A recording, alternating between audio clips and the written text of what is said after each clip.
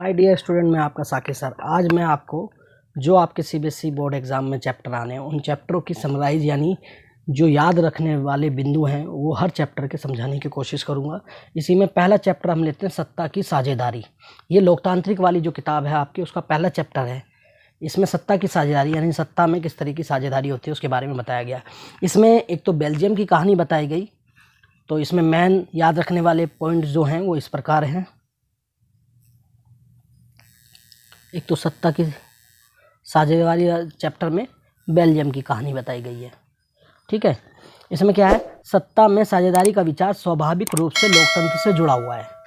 साझेदारी साझेदारी होती है किसी चीज़ की हिस्सेदारी, जैसे कि कोई पार्टनरशिप होती है। ठीक है ना, दो हिस्सेदार होते हैं तो एक दूसरे के साझा करके चले ना, व्यापार करते हैं, इससे साझा करना, उस तरीके को साझेदारी कहते हैं। ठीक है, ये लोकतंत्र से क्या है, जुड़ा हुआ है। जहाँ पे लोकतंत्र होगा वहाँ पे साझेदारी होगी सत्ता की। संसार के बहुधा समाज विभिन्न जातियाँ, रंग, भाषा आदि के आधार पर बटे हुए हैं, इसलिए इन सामाजिक समूहों को सम्मान प्रदान करने की अति आवश्यक है। मतलब जो है ना, जैसे अपने देश में देखो तुम, बहुत सारे लोग किस में बटे हुए हैं, जाति, रंग, भाषा और हमारे यहाँ पे तो धर्म के आधार पे भी बटे हुए हैं। ठीक है, तो इसमें सामाजिक समूहों में भी बटे हुए हैं, तो इनको सम्मान प्रदान करना अति आवश्यक है। तो इनको सम्मान कब प्रदान किया जा सकता है, जब सत्ता में सभी की भागीदारी होगी। ठीक है, सत्ता में साझेदारी के परिणाम को जानने के लिए हम बेल्जियम के उदाहरण की सहायता लेंगे। बेल्जियम एक देश है, उसकी जो वहाँ की जो सत्ता की जो साझेदारी है उसको समझने के लिए हमें क्या करेंगे, बेल्जियम का उदाहरण लेंगे। बेल्जियम यूरोप का एक छोटा सा देश है। बेल्जियम क्या है, यूरोप का एक छोटा सा देश है। इसकी आबादी 1 करोड़ से थोड़ी अधिक है। इसकी आबादी क्या है, 1 करोड़ से थोड़ी अधिक है। इस छोटे से देश के समाज में जातीय बनावट बहुत जटिल है। इसकी जो जातीय बनावट है बहुत जटिल है। क्या क्या है इसमें, यहाँ की 59% आबादी फ्लैमिश क्षेत्र में रहती है। किस में रहती है, ये क्वेश्चन आ भी जाता है कि फ्लैमिश क्षेत्र में कितने परसेंट आबादी रहती है, तो 59% आबादी फ्लैमिश क्षेत्र में रहती है और जो डच भाषा बोलती है। कौन सी भाषा बोलती है, डच भाषा बोलती है। और लगभग 40% आबादी वाला, लगभग 40% आबादी वाला वैलोनिया क्षेत्र। ऐसे भी क्वेश्चन आता है कि वैलोनिया क्षेत्र में कितने परसेंट आबादी रहती है, तो क्या है कि 40% आबादी रहती है और वह फ्रेंच भाषा बोलती है। इस तरीके से आप इसको समझेंगे कि ये पूरा बेल्जियम हो गया। ठीक है, और इसमें यहाँ पे 40% तो ये हो गए। ठीक है, और ये 59% हो गए।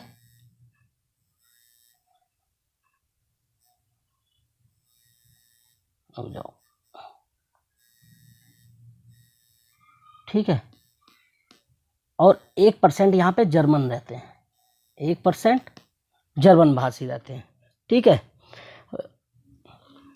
और ये जो 40% आबादी है ये कौन सा क्षेत्र कहलाता है, वैलोनिया क्षेत्र कहलाता है। कौन सा कहलाता है, एक मिनट, वैलोनिया क्षेत्र कहलाता है। ठीक है, और जहाँ पे 59% आबादी रहती है वो क्षेत्र कहलाता है फ्लैमिश क्षेत्र कहलाता है। ये ध्यान रहेगा। फ्लैमिश कौन सी भाषा बोलते हैं, डच भाषा बोलते हैं। और वैलोनिया क्षेत्र के लोग कौन से बोलते हैं, फ्रेंच भाषी बोलते हैं। और 1% कौन रहता है बेल्जियम में, आपके जर्मन भाषी लोग रहते हैं। ठीक है, ये समझ में आ गया। आगे चलते हैं, इसके बाद हम इस चैप्टर में आगे चलते हैं। राजधानी ब्रुसेल्स में 80% आबादी क्या है, जो इसकी राजधानी है, किसकी, बेल्जियम की। ब्रुसेल्स राजधानी है, वहाँ पे 80% आबादी जो है किसकी है, फ्रेंच भाषियों की। यानी अभी तो हमने बेल्जियम का आपको स्ट्रक्चर बताया, लेकिन जो उसकी राजधानी है, ये राजधानी जो है, ये जो आपका ब्रुसेल्स है, ये जो राजधानी है, और एक मिनट,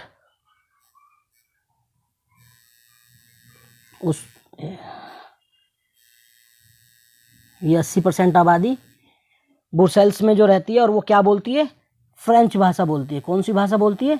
फ्रेंच भाषा बोलते हैं। और जबकि 20% कौन रहते हैं? डच भाषी लोग रहते हैं। 20% डच भाषी लोग रहते हैं जो अल्पसंख्यक हैं। भाई जो अल्पसंख्यक और बहुसंख्यक क्या होता है? जो संख्या में अधिक होते हैं उन्हें बोलते हैं बहुसंख्यक, और जो संख्या में कम होते हैं वो अल्पसंख्यक। अब ये जाति के आधार पे भी अल्पसंख्यक बहुसंख्यक होते हैं, धर्म के आधार पे भी हो सकते हैं, क्षेत्र के आधार पे भी हो सकते हैं, ठीक है ना, किसी भी आधार पे हो सकते हैं। जैसे भारत के अंदर क्या कहते हैं, मुस्लिम आबादी जो है 14% या 16-18% काउंट होती है, 14% है, ठीक है, अकॉर्डिंग टू 2011 के जनगणना के अनुसार। और हिंदू जो धर्म की आबादी है वो बहुसंख्यक है। इस तरीके से समझ में आ रहा है अल्पसंख्यक बहुसंख्यक किसे कहते हैं, ठीक है। अल्पसंख्यक ये जो हमारी जो क्या है ब्रुसेल्स है, इसमें क्या है, एक मिनट,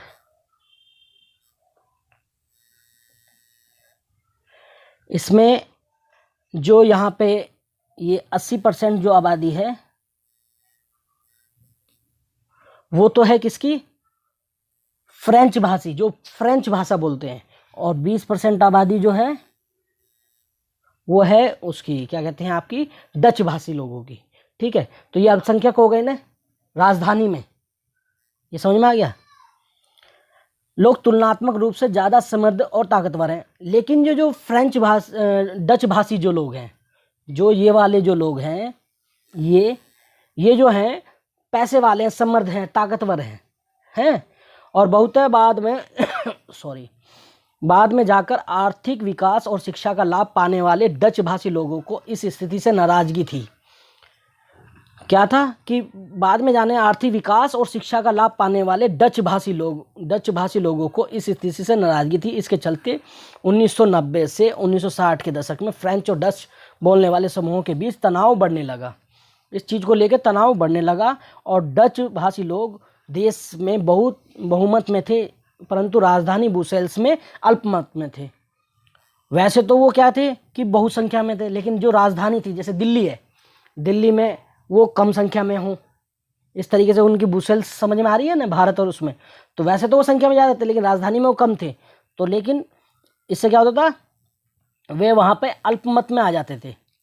इसके बाद हम अगले उसमें पॉइंट पे, यहाँ पे तुम्हें समझ में आ जाएगा। ये बेल्जियम देखिए, बेल्जियम समझ में आ रहा है ना, ये तो बेल्जियम है, फ्रांस इसके पास में है, ठीक है, जर्मनी इधर है, ठीक है, नीदरलैंड इधर है। इस तरीके से ये बीच में ये है बेल्जियम, ठीक है। यूरोप का एक देश कहलाता है बेल्जियम, ठीक है। यूरोपियन देशों का जो हेड ऑफिस है वो ब्रुसेल्स है, ठीक है ना, यूरोपीय यूनियन का। इसमें देखो यहाँ पे इन्होंने लिख रखा है जिस तरीके से कि डच भाषी स्पीकर कितने हैं 59% और फ्रेंच भाषी कितने हैं 40% और 1% क्या है जर्मन भाषी। और यहाँ पे ब्रुसेल्स के अंदर क्या है 20% तो फ्रेंच भाषी, वो क्या कहते हैं आपका वो हैं डच भाषी, और 80% जो लोग हैं वो फ्रेंच भाषी हैं। समझ में आ रहा है यहाँ पे, ठीक है। अब आगे चलते हैं। 1970 से लेके 1993 के बीच में, 1970 से लेके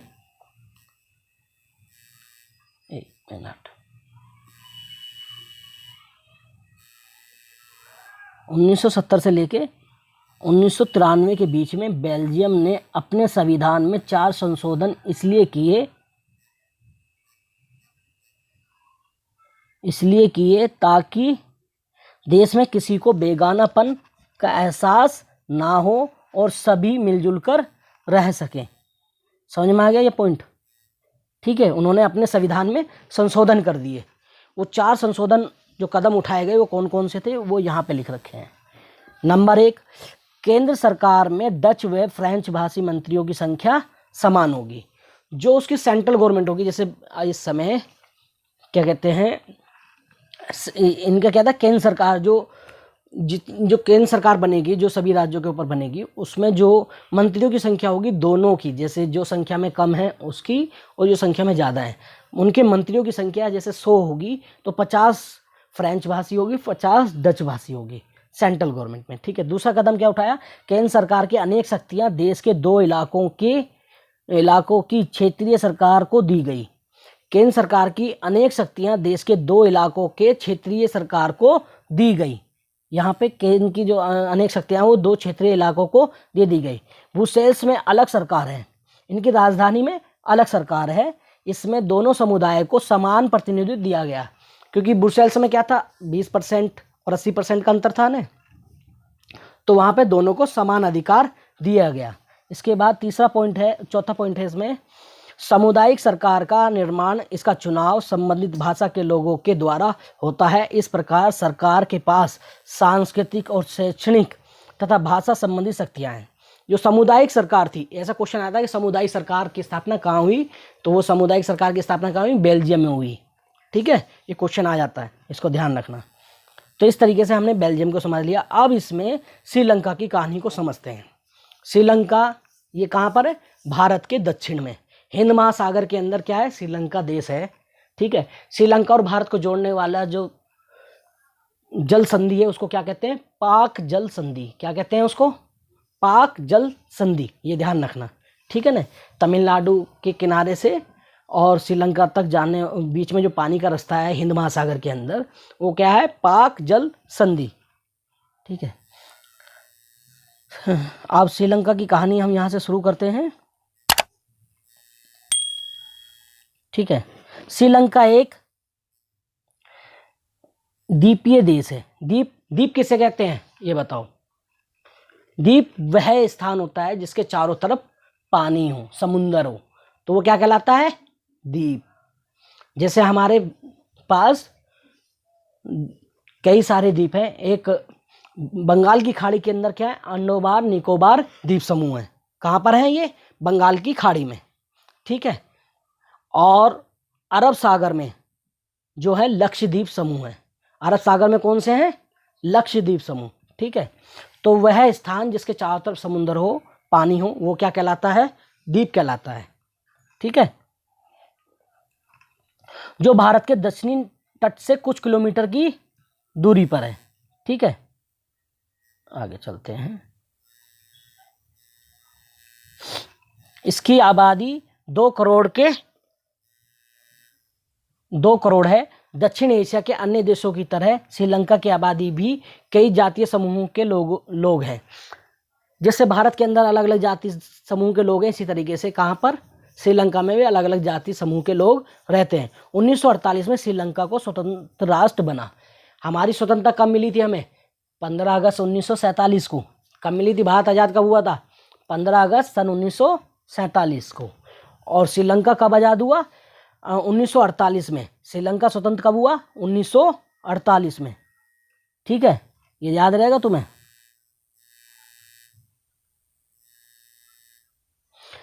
और वहाँ पे सिंगली समुदाय के नेताओं ने अपनी बहुसंख्या के बल पे शासन में प्रभुत्व जमाना चाहा। यहाँ पर समुदाय 2 थे, एक तमिल समुदाय, एक सिंगली। ये भाषा है वहाँ की। श्रीलंका में 2 तरह की भाषा बोली जाती थी। एक तो 3 तरह के लोग थे, एक तो सिंगली भाषा बोलते थे, एक तमिल भाषा बोलते थे, और कुछ लोग सिंगली और तमिल दोनों भाषा बोलते थे। तो सिंगली समुदाय के नेताओं ने अपनी बहुसंख्या के बल पर शासन में प्रभुत्व जमाना चाहा। किस तरीके से, अब इसको समझेंगे। इस वजह से लोकतंत्र रूप से निर्वाचित सरकार ने सिंगली समुदाय की प्रभुत्वता कायम करने के लिए अपनी बहुसंख्यक परिस्थिति के तहत कई कदम उठाए। इसको श्रीलंका को अगर आप समझ लेते हैं, यहाँ पे श्रीलंका को समझने के लिए आप इस तरीके से देखेंगे। इधर पे ये जो श्रीलंका की पूरी इन्होंने क्या बताया कि किस किस समुदाय के कितने कितने लोग थे। ठीक है, एक तो ये है सिंगला, जो सिंगली समुदाय थे, सिंगली भाषा जो बोलते थे उन्हें सिंगला लोग कहते थे। ये कितने परसेंट थे वहाँ पे, 74%। कितने परसेंट थे, 74%। कौन थे ये, सिंगली भाषी लोग। ठीक है, इसके बाद नेक्स्ट है श्रीलंकाई तमिल भाषी, जो श्रीलंका के मूल निवासी थे और तमिल भाषा बोलते थे। वो कितने परसेंट थे, 1.1%, 11.1%। ठीक है, इसके बाद जो, क्योंकि ये जो था श्रीलंका, ये भी अंग्रेजों ने भारत की तरह इसे भी गुलाम बना रखा था।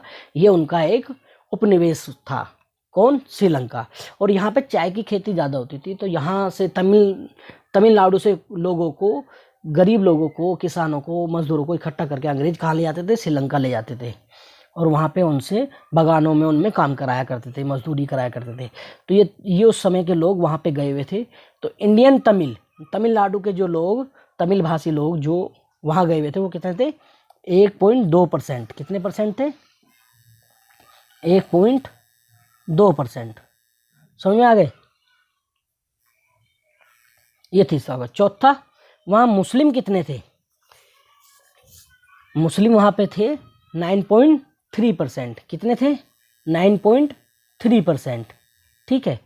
वहाँ का जो मुख्य धर्म था, जो बाद में बना मुख्य धर्म, वो क्या था? आपका बौद्ध धर्म था। वहाँ बौद्ध धर्म को बहुत माना जाता था। ये समझ में आ रहा है यहाँ पे? अब आगे चलते हैं। 1956 के कानून द्वारा उठाए गए कदम। पहले जैसे आज़ाद हुआ, 1948 में आज़ाद हुआ, फिर वहाँ पे चला, सभी लोग रहते थे, लेकिन धीरे धीरे क्या हुआ, जो संख्या में अधिक थे सिंगली भाषी लोग, उन्होंने जो है 1956 में कुछ कदम उठाए और जिसकी वजह से वहाँ पे बहुसंख्यकवाद हुआ। अब इसको आप यहाँ पे बड़े अच्छे तरीके से समझेंगे। 1956 में उठाए गए कदम, उन्होंने क्या क्या कदम उठाए? सिंगली को एकमात्र राजभाषा बना दिया गया और इस प्रकार तमिल भाषा की उपेक्षा की गई। क्या कहा उन्होंने? कि पूरे देश में जो भाषा इस्तेमाल होगी, प्रशासनिक बोलचाल की, सबकी कौन सी होगी? सिंगली समुदाय वाली, सिंगली भाषा होगी। कौन सी होगी? सिंगली भाषा इस्तेमाल होगी। ठीक है। दूसरा, उन्होंने बौद्ध धर्म को राज्य धर्म का संरक्षण दे दिया। बौद्ध धर्म को क्या दे दिया? राज्य धर्म का संरक्षण दे दिया। यानी बौद्ध धर्म जो है, अब राज्य उसको पोषण करेगा, उसको पैसा देगा, प्रचार प्रसार में राज्य की भूमिका अहम रहेगी। इसके बाद तीसरा कदम उठाया उन्होंने, विश्वविद्यालय एवं सरकारी नौकरियों में सिंगली भाषी लोगों को प्राथमिकता दी गई। किसमें? यानी स्कूलों में, कॉलेजों में पढ़ने के लिए किसको वो दिया गया? सिंगली भाषी, जो सिंगली भाषा जानते थे, और नौकरियों में भी उन्हें दिया गया। अब यहाँ पे आप इस पॉइंट को यहाँ पे अच्छी तरह से क्लियर समझ लोगे। यानी सारा कुछ जो किया गया, किसको दिया गया? इनको दिया गया। सारा कुछ इनको दिया गया। ठीक है। और बाकी लोगों से एक तरीके से छीन लिया गया। नौकरियों में भी इन्हें दे रहे हैं। ठीक है। पढ़ाई में भी इन्हीं लोगों को मिलेगा। और क्योंकि और अलग धर्म के, जैसे तमिल जो थे भारत से गए हुए, वो हिंदू धर्म के थे, कुछ ईसाई थे, कुछ मुस्लिम थे, उनको नहीं, बौद्ध धर्म का प्रचार प्रसार करेगी। अगर कोई सरकार, जैसे हमारा हिंदुस्तान है, धर्मनिरपेक्ष देश है, भारत एक धर्मनिरपेक्ष देश है, यानी राज्य का कोई धर्म नहीं होता। धर्मनिरपेक्ष का मतलब होता है राज्य का कोई धर्म नहीं होता। राज्य की नज़र में सब धर्म बराबर होते हैं। ठीक है ना? समझ में आ रहा है? तो इसे धर्मनिरपेक्ष देश बोलते हैं। लेकिन श्रीलंका में ऐसा नहीं था। उन्होंने क्या करा? बौद्ध धर्म को, कब? 1956 में ये कदम उठाए गए थे। ठीक है। इसके बाद हम आगे चलते हैं। श्रीलंका में लागू किए गए इस प्रकार के कानूनों ने दो समुदायों के मध्य आपसी मनमुटाव को बढ़ावा दिया, जिसकी परिणति जिससे क्या हुआ? श्रीलंका में गृह युद्ध के रूप में हुई। वहाँ पे मनमुटाव बढ़ गया, तो आपस में जो सिंगली समुदाय थे और जो तमिल भाषी लोग थे, उनमें आपस में क्या हुआ? लड़ाइयाँ शुरू हो गई। ठीक है ना? अगर तुम किसी को ये कहो कि तुम दोयम दर्जे के नागरिक हो, तो उसके लिए क्या होगा? दिक्कत हो जाएगी। ठीक है। बेल्जियम एवं श्रीलंका के उदाहरणों के द्वारा हमने सत्ता में साझेदारी के दो विभिन्न रूपों को देखा। बेल्जियम ने संविधान संशोधन के माध्यम से विभिन्न समुदायों को सत्ता में साझेदार बनाया, ताकि वहां होने वाली आपसी टकराव को रोका जा सके। बेल्जियम में क्या किया गया? वहां जब टकराव होने लगा, तो उन्होंने जो अल्पसंख्यक था उसको बराबर की सत्ता की साझेदारी दी। लेकिन श्रीलंका में क्या किया गया? श्रीलंका में 1956 के कानून द्वारा बहुसंख्यकवाद को बढ़ावा दिया गया, जिस कारण वहां तमिल बेगानापन महसूस करने लगे और वहां गृह युद्ध छिड़ गया। इसलिए सत्ता में साझेदारी आवश्यक है। सत्ता की साझेदारी के पक्ष में निम्नलिखित तर्क दिए जा सकते हैं। अब क्यों जरूरी है वो उसको यहाँ पे हम समझेंगे। सत्ता की साझेदारी का स्वरूप, सत्ता का ऊर्ध्वाधर वितरण। ऊर्ध्वाधर वितरण क्या होता है, इसके बारे में समझेंगे। सरकार के विभिन्न स्तरों में मध्य सत्ता का वितरण केंद्रीय सरकार, राज्य सरकार और स्थानीय सरकार, इसको तो ऊर्ध्वाधर वितरण कहते हैं। जैसे इसको समझेंगे हम इस तरीके से, आपको समझ में आए। ये तो हो गई यहाँ पे हमारी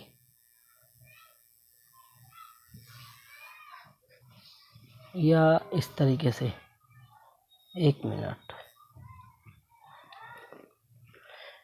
आप इस तरीके से देखो जैसे हमारा ये ऊर्ध्वाधर वितरण कैसे होता है कि शक्तियों का ज़्यादा शक्तियाँ किसके पास होती है? केंद्र सरकार के पास, जिसका हमारे यहाँ पर मुखिया कौन है?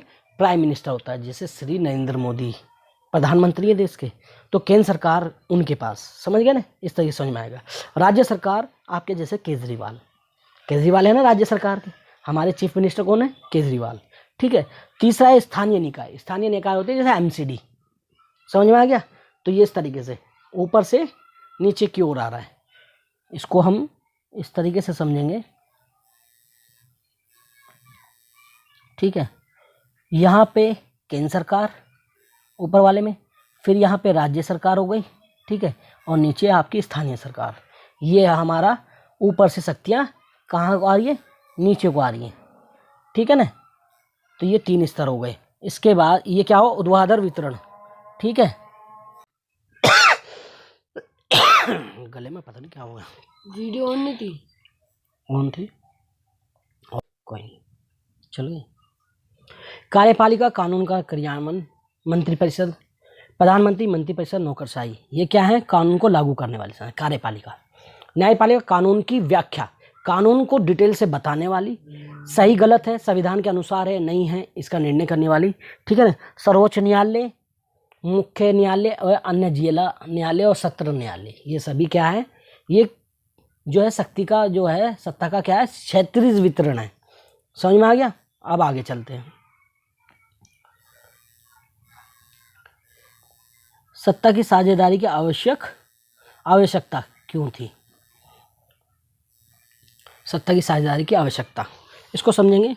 युक्तिपरक तर्क, यानी एक उपयुक्त तर्क क्या है वो इसमें देखें। नंबर 1, विभिन्न सामाजिक समूहों के मध्य आपसी टकराव को कम करना।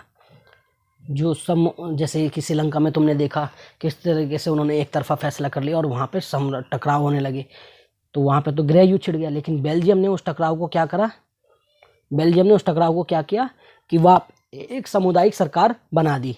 जैसे राजधानी में संख्या में कम थे, है ना, लेकिन वो ताकतवर थे, वो सत्ता पे थे, डच भाषी। इसके बाद राजनीतिक व्यवस्था को स्थायित्व प्रदान करती है। क्या करती है? राजनीतिक व्यवस्था को स्थायित्व प्रदान। जहाँ पे लड़ाई दंगे चलते रहेंगे वहाँ कभी भी कोई भी विकास का काम नहीं हो सकता। तो इसलिए सत्ता की साझेदारी करना इसलिए भी बेहतर होता है कि वहाँ पे विकास का काम चलता रहेगा, ठीक है ना। स्थायित्व तो रहेगी, जो सरकार रहेगी वो ज़्यादा लंबे समय तक काम कर सकती है। नैतिक तर्क, नंबर, सत्ता में साझेदारी लोकतंत्र की आत्मा है। जब तक हम किसी को साझेदार सत्ता में नहीं बनाएंगे, लोकतंत्र वहाँ कायम नहीं हो सकता। तो ये आत्मा है उसकी, साझेदारी। सत्ता को वैधता प्रदान करता है। कौन? सत्ता की साझेदारी। जितनी ज़्यादा इन्वॉल्वमेंट जनता की रहेगी सत्ता में, उतनी ज़्यादा वैलिड सरकार रहेगी, ठीक है। अब ये ऊर्ध्वाधर वितरण जैसे मैंने तुम्हें समझाया था, केंद्र सरकार देश के लिए होती है, प्रांतीय राज्य सरकार राज्यों के लिए होती है, और स्थानीय स्वशासन, ग्राम पंचायत, ब्लॉक समिति, जिला परिषद, निगम पार्षद, नगर निगम जो होती है, ये सब क्या होती है? स्थानीय स्वशासन होती है। निगम का जिक्र नहीं है ना यहाँ पे, ठीक है। गृह युद्ध, किसी मुल्क में सरकार विरोधी समूहों की हिंसक लड़ाई ऐसा रूप ले वह युद्ध सा लगे तो उसे गृह युद्ध कहते हैं। ऐसा वहाँ पर कहाँ हुआ था? श्रीलंका में हुआ था। वहाँ पर एक संगठन बन गया था लिट्टे नाम का, उसने सरकार के खिलाफ विद्रोह कर दिया, सशस्त्र लड़ाई होने लगी, वहाँ एक दूसरे के ऊपर गोलियां तक चलने लगी थी। बहुसंख्यकवाद, ये हमने श्रीलंका में देखा। बहुसंख्यकवाद, यह मान्यता है कि अगर कोई समुदाय बहुसंख्यक है तो वह अपने मन चाहे ढंग से देश का शासन कर सकता है और इसके लिए वह अल्पसंख्यक समुदाय की ज़रूरत या इच्छाओं की अवहेलना कर सकता है। वहाँ पे बहुसंख्यकवाद है, जो अल्पसंख्यकों को समझे ही ना। जैसे भारत है, भारत में क्या करें हम, यहाँ पे हिंदुस्तान में क्या करने लगे कि सारे कानून जो हों तो वो मतलब जैसे कि श्रीलंका ने करा कि भाई उन्हें एजुकेशनल इंस्टीट्यूट्स में तो वो ऐसा कर दे कि भाई मुस्लिम लोग पढ़ा स्कूल में नहीं जाएंगे, कॉलेजों में नहीं जाएंगे, सरकारी नौकरियों में नहीं जाएंगे। तो तो यहाँ पे भी गृह युद्ध हो जाएगा, लेकिन हमारा संविधान ऐसा करने की इजाज़त नहीं देता। तो जहाँ पे ऐसा होता है बहुल्य बहुसंख्यकवाद, वहाँ पर क्या होता है, गृह युद्ध हो जाता है।